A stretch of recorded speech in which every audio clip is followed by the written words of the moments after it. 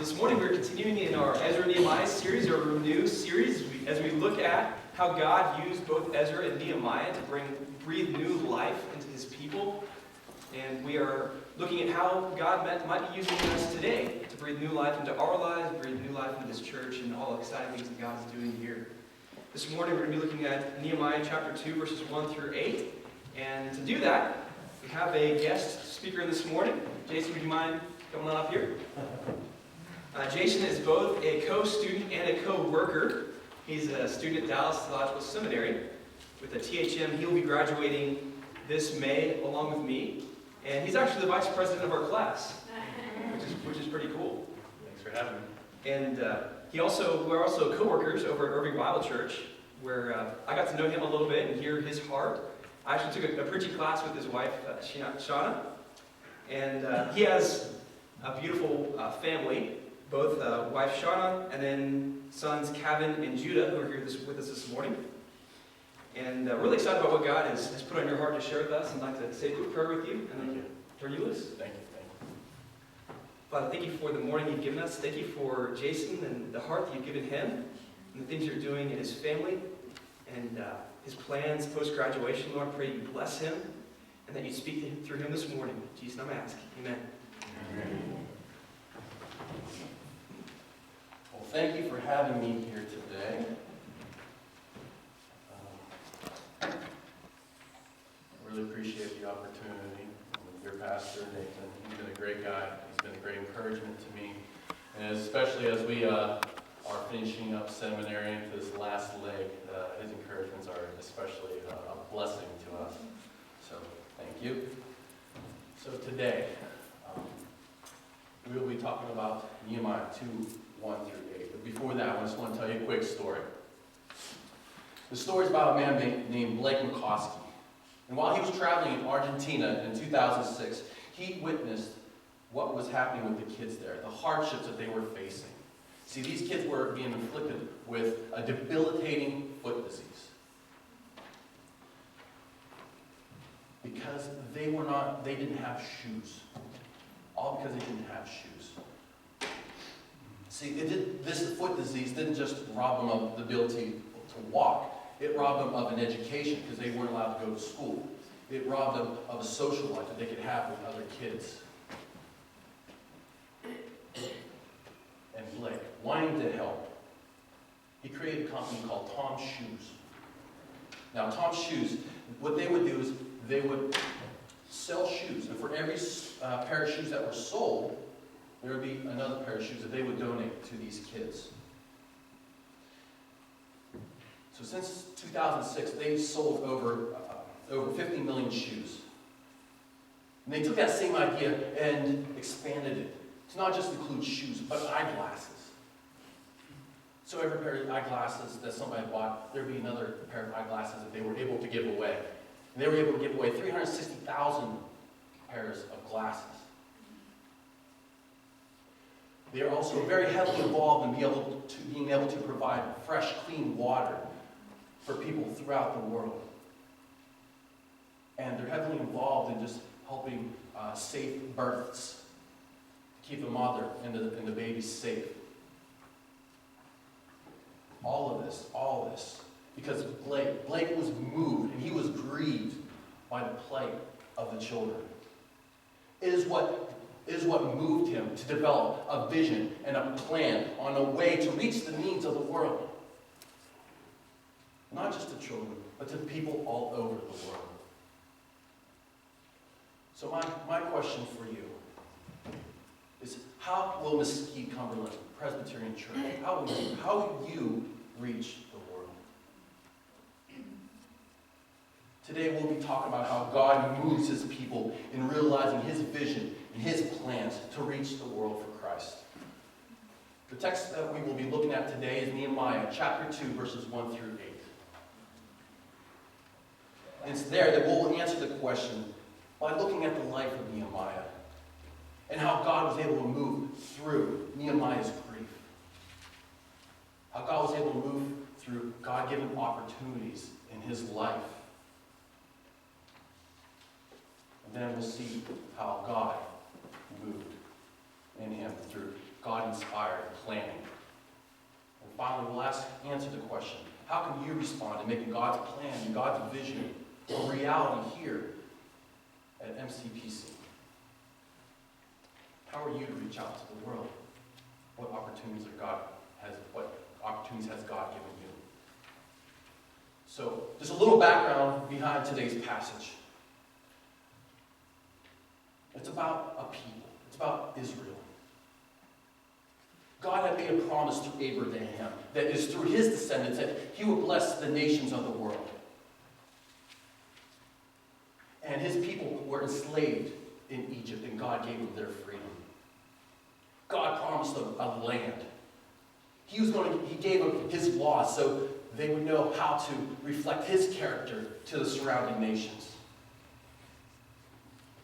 They gave him a king, King David, on the throne, for him to represent God to the nations. But with all of that, with all that God had blessed them with, they abandoned God. And despite the many, many warnings that they were receiving, they subjected to them to the other nations. They subjected themselves to the gods of the other nations. Instead of giving the glory and the success to God, they went after other gods. And God, in his graciousness, sent his words, prophet after prophet. But in their pride, in all their splendor, God took all that away. The magnificent temple, the city, the land, the king on the throne, all of it taken away. And after their exile, they returned to the land. They rebuilt a meager temple. There was a revival of God's word. And they were still without a king to call their own from out of Israel, to free them from oppression. And their city was still left defenseless. In 2 Kings chapter 25, it captures the extent of their loss, of what had happened. The captain of the bodyguard, a servant of the king of Babylon, came to Jerusalem, and he burned the house of the Lord, that's the temple, and the king's house, the palace, and all the houses of Jerusalem. Every great house he burned down, and all the army of the Chaldeans who were with the captain of the guard broke down the walls around Jerusalem. The state of the city was a reflection of God. Back then, you gave your success of your city, you gave the glory to the God of that city. The nations are looking and they're wondering, if your God is truly God, look at the disarray of your city. But it's all because of God's graciousness that he kept warning his children. But they continued to disobey him. So they were under his discipline in hopes of turning them back to him.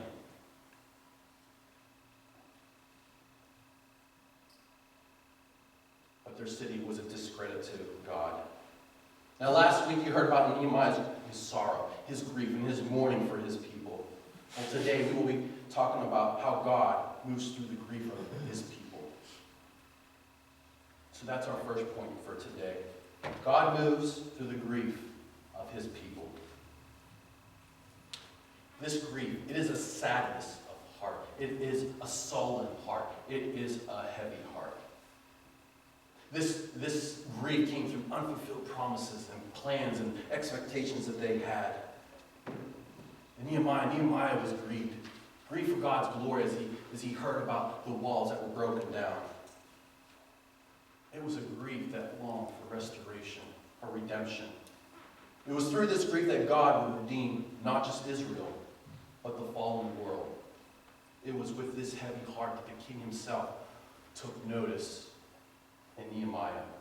As we read in Nehemiah chapter 2, verses 1 and 2, it says, "In the month of Nisan, in the 20th year of King Artaxerxes, when wine was before him, I, Nehemiah, took up the wine and gave it to the king. Now I had not been sad in his presence.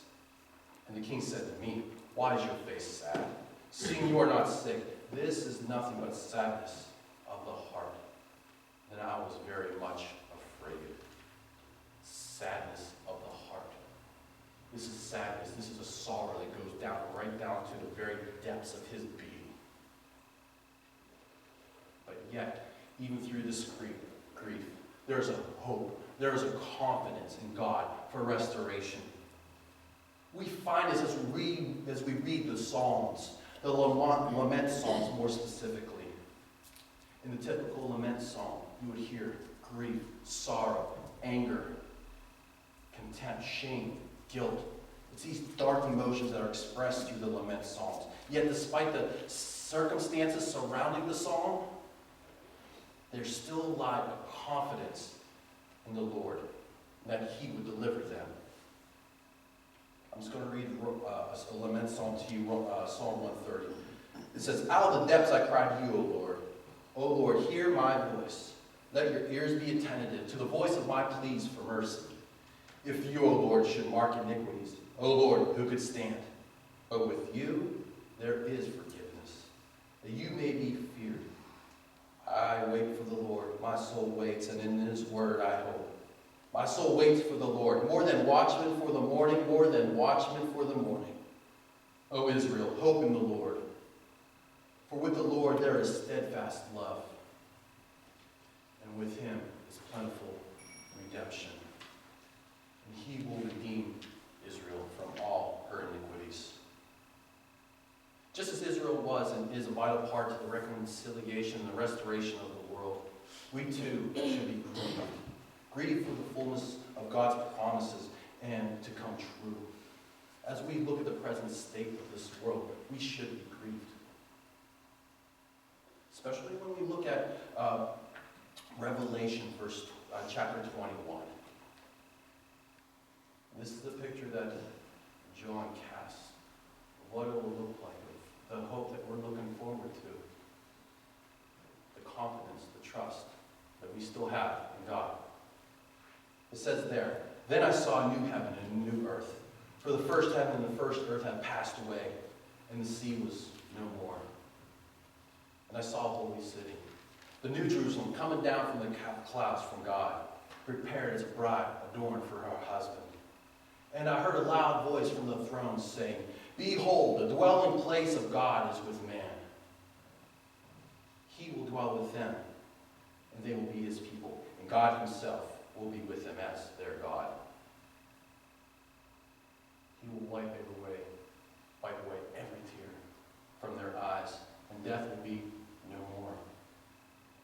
Neither shall there be mourning, nor crying, nor pain anymore, for the former things have passed away.'" So ever since the fall of Adam and Eve in Genesis, God is working out his plan of restoration towards redemption, towards restoration of the world. So, we have seen how God moves through grief. Now we're going to look at how God moves for his people. And that's our second point. God moves through opportunities for his people. These opportunities are God-given. God moves through God-given opportunities for his people. Remember, this was just not just for Israel itself. This is part of God's overarching plan for the redemption and restoration of the world. Not just for Israel, but Israel was a vital part of that plan. These opportunities come through people and circumstances, not just Nehemiah's life, but in our lives too. Nehemiah was one of the king's most trusted officials. He was the cupbearer. He was the one in charge of picking out the wine and serving it to the king. He was the one in charge of tasting that wine to see if there was any poison. This cupbearer needed to be somebody that the king could trust. This cupbearer would be a person that would become the king's confidant, his king's companion. God put him in a place where he was able to give the king counsel. This was a trusted person. And God put him in that position to have access to the king. And also, it was this very king that issued this edict that prevented the rebuilding of Jerusalem. The exact person that he would need to talk to. It was this man that God gave Nehemiah access to reverse this policy, and it was written in Ezra chapter 4. It says there, the king wrote this letter. He said, to Rehum the commander, and Shimshi the scribe, and the rest of their associates who live in Samaria, and in the rest of the province beyond the river, greeting. And now the letter that you had sent us plainly read before me. And I made a decree, and search has been made, and has been found that this city from old has risen against kings, and that rebellion and sedition have been made in it. And mighty kings have been over Jerusalem, who ruled over the whole province beyond the river, to whom tribute, custom, and toll were paid. Therefore make a decree that these men be made to cease, and that this city be not rebuilt until a decree is made by me. And take care not to be slack in this matter. Why should damage grow to the hurt of the king?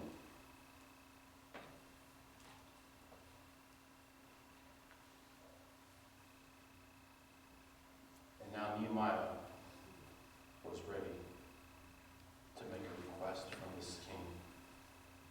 Think about what it would cost him. You won't have to look very far if you look through the book of Esther, what it would cost her. His very life. But God had given Nehemiah the opportunity to talk to the king, but it was met with fear. He just wasn't afraid. He wasn't just very afraid. He was exceedingly and greatly afraid, perhaps even terrified. In verse 2. Okay, in verse 2, there it reads, "Then I was very much afraid." It's like three words in Hebrew put together. It's not just afraid, it's just not very afraid. It intensifies it to a whole nother level of fear. But despite that fear, God gave him access. Have you ever heard the saying, be careful what you ask for, you just might get it? Well, Nehemiah asked God in his prayers, and there he was. Could he overcome this fear? In verse 3 and 4, it says, "I said to the king, let the king live forever. Why should not my face be sad when the city, the place of my father's graves, lies in ruins, and its gates have been destroyed by fire?" Then the king said to me, and here it is, here's the door of opportunity. "What are you requesting?" And Nehemiah said this, "So I prayed to the God of heaven." It's just interesting through this whole passage of all that's going on. There's just a slight pause.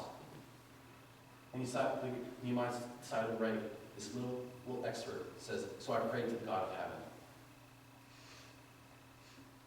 We already know that he's a man of prayer. But before we get into that, I'd like just to turn your attention to a quote by a lady by the name of Corrie. Has anybody ever heard of Corrie? Oh my. If you get a chance, there's this biography called The Hiding Place. It's amazing about her life and her sister's life as they go through Nazi Germany and all the persecution and everything that was happening at that time. Well worth your time. But in her book, in her biography, she says this. "This is what the past is for. Every experience God gives us, every person he puts in our lives, is the perfect preparation for the future that only he can see."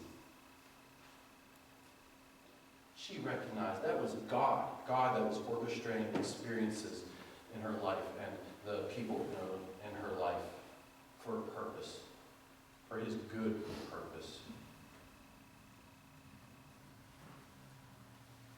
I remember a time in my life where God orchestrated those events of experience and people, and he put them together to fulfill his purposes for me and my wife's life. We had been in California, and we were praying for quite some time about what's that next step in ministry. We thought I was going to go to the mission field in China, but God just seemed to close those doors. So, what's next? We continue to pray, continue to seek God. Then a friend of ours, he's a pastor in our old church, and then he went on to plant a church, and then he went to end up moving from California to Frisco. He was pastor at that church for some time, and he said, "Come on out.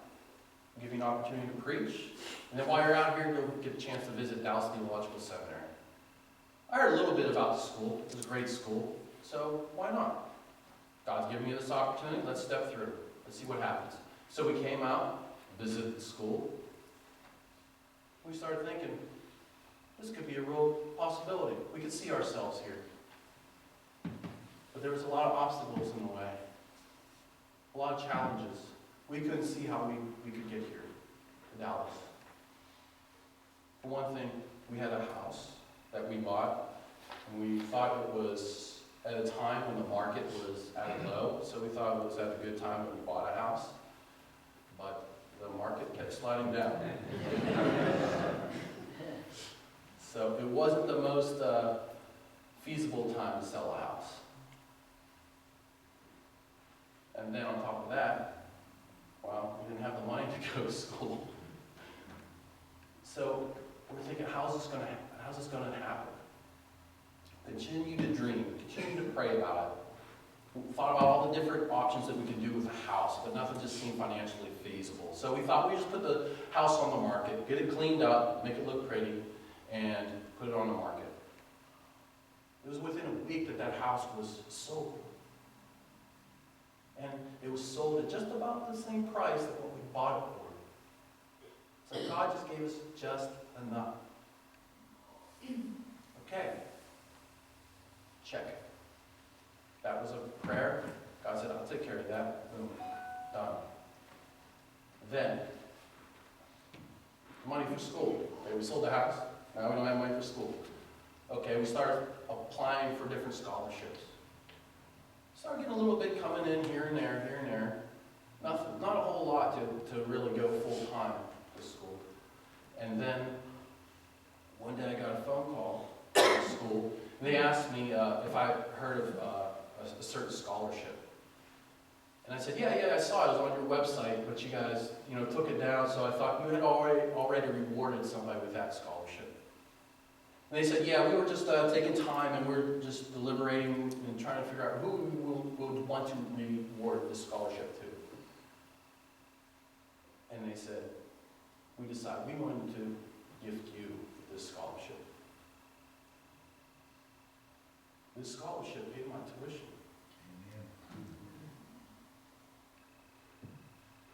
It was like God was right there the whole time.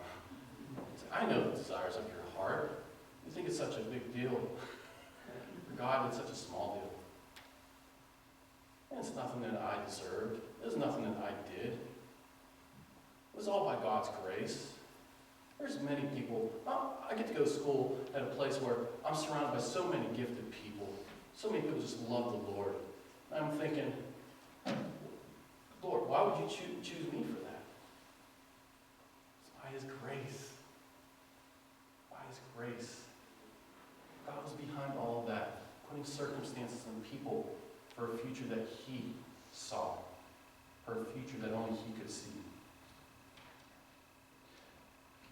So God's orchestrating experiences and people for the future of your church right here. Right now you have the opportunity to partner with some BTS students in preparing for the future for your church, for its legacy and reaching the next generation.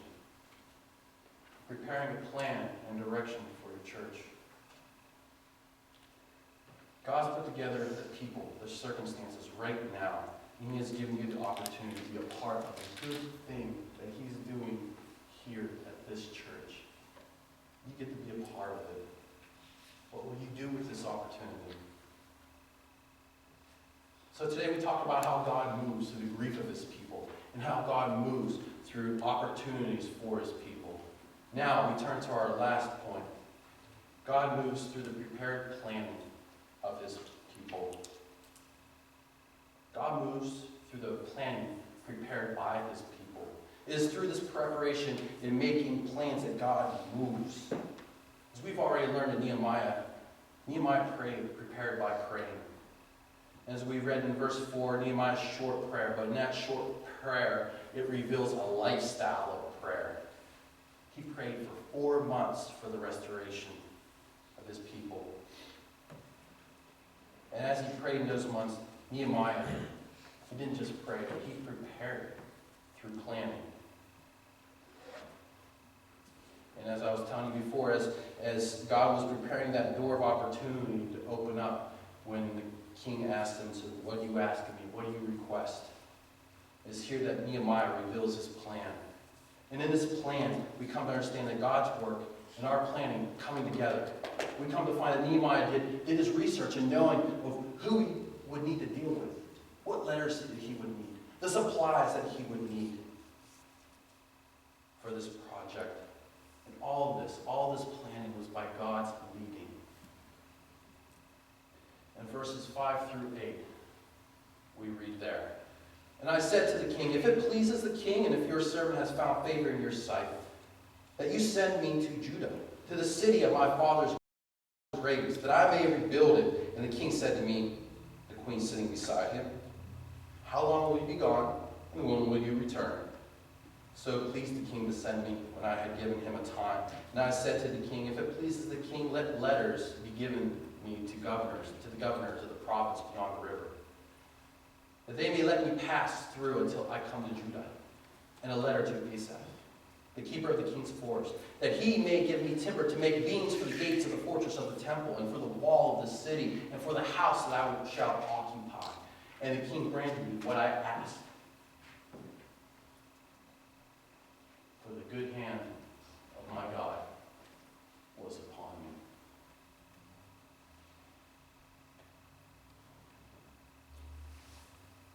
Antoine de Saint-Exupéry said this: "A goal without a plan is just a wish."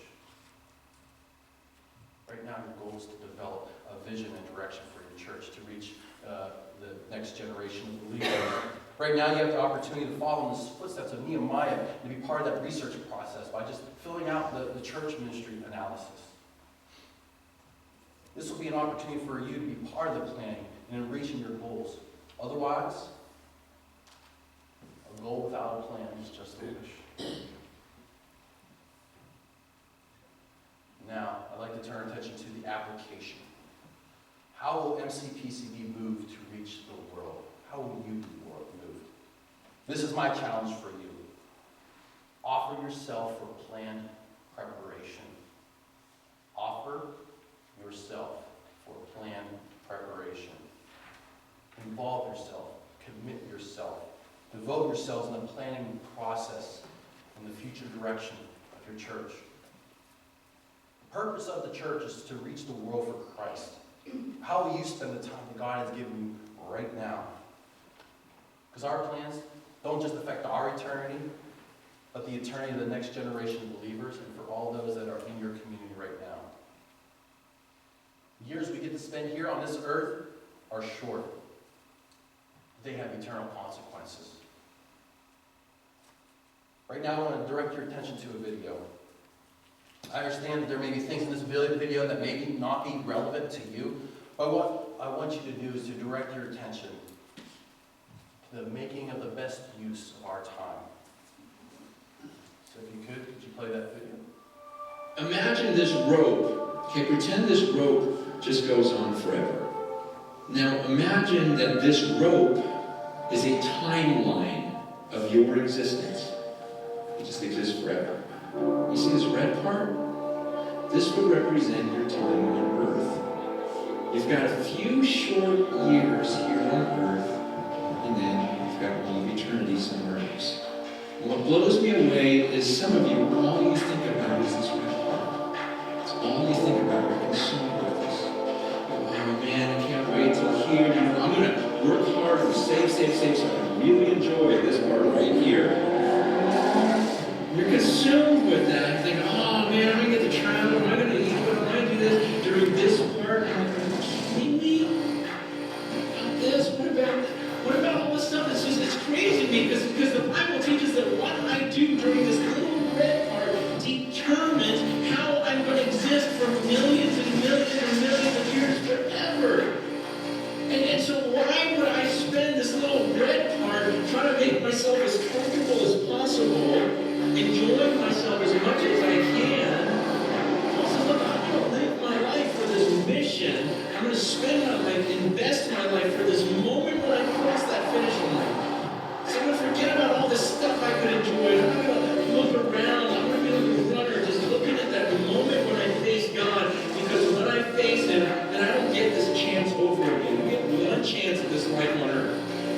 at any second for any of us. We've got one chance at this, and then comes eternity. There's people look at some of my decisions and go, oh, you're so stupid, because that's going to really affect this. I'm going to be more stupid, because it's going to affect all of this. Man, I'm serious. I look at the way people live, and I go, oh, that is so crazy. You are so crazy. You're going to do that right now. Just enjoy it right now. Not even knowing if you have tomorrow, and you think that's smart, and then I don't.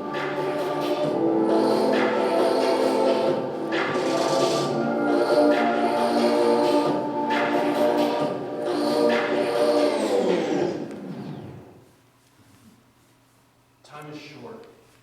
Eternity is forever. In Ephesians 5:16 it says, make the best use of your time, because the days are evil. What would be the best use of your time here in this Mesquite, Cumberland Presbyterian Church? What can you do right now to help MCPC plan a vision to reach out to the world? How can you help in providing a vision and future direction for your church? Offer yourself for plan preparation. And here are just some of the things I saw you already had listed on ways that you can get involved. Join that strategic team. Pray for them. Encourage them. Make sure you fill out that church analysis.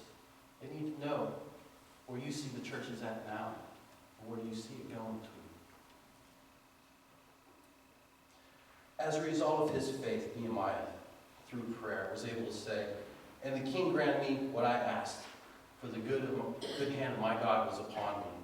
Nehemiah gave God the credit for causing the king to grant his request. In Proverbs 21:1 it says, the king's heart is a stream of water in the hand of the Lord. He turns it wherever he will. It is nothing short of the hand of God for the glory of God. I pray that you'll be able to say to Nehemiah, just as Nehemiah said, the good hand of our God was upon Mesquite, Cumberland Presbyterian Church. And as you enter into the presence of the Lord someday, that you will be able to hear him say, well done, good, faithful servant. So today we talked about how God moves his people and realizes his visions and his plans to reach the world for Christ. We talked about how God moves through the grief of his people, through God-given opportunities for his people, and through the planned preparations of his people. Offer yourself in preparing plans for the vision and direction of your church. Blake McCoskey was moved and he was grieved by the plight of the children that he met. It is what moved him to develop a vision and a plan to meet the needs of the people around the world. I pray that you are grieved by the state of this world, that the state that this world is in today. I pray that you would be sensitive to the opportunities that God has given you, and that you would offer yourself and plan preparations to reach the world through Mesquite, Cumberland Presbyterian Church.